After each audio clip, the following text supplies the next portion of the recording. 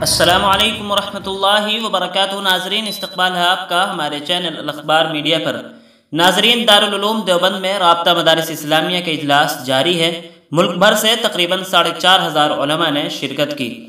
اتر پردیش میں مدارس کے سروے مکمل ہونے اور اس کی میڈیا میں آئی رپورٹوں کے درمیان عظیم علمی دانشگاہ دارالعلوم دیوبند میں کل ہند رابطہ مدارس اسلامیہ کا اجلاس منعقد ہوا۔ اجلاس میں ملک بھر کے 4500 مربوط مدارس کے ذمہ داران نے تقریباً شرکت کی۔ خاص بات یہ رہی کہ دارالعلوم دیوبند کی جانب سے اس اجلاس میں تمام مربوط مدارس کے ذمہ داران کی شرکت کو یقینی بنایا گیا تھا۔ واضح ہو کہ کل ہند رابطہ مدارس اسلامیہ دارالعلوم دیوبند مدارس کی سب سے بڑی تنظیم ہے، جس سے پورے ملک کے 4500 سے زائد مدارس اسلامیہ منسلک ہیں۔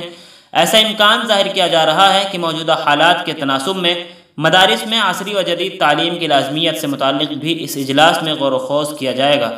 دارالعلوم دیوبند کے محتمم مولانا و مفتی ابوالقاسم نعمانی صاحب مدظلہ العالی نے بتایا کہ مدارس اسلامیہ کے نظام تعلیم و تربیت میں بہتری کے علاوہ مدارس کے انتظامی امور کو چست درست رکھنا اور درپیش مسائل کا حل پیش کرنا دارالعلوم دیوبند کے بنیادی مقاصد میں شامل ہے۔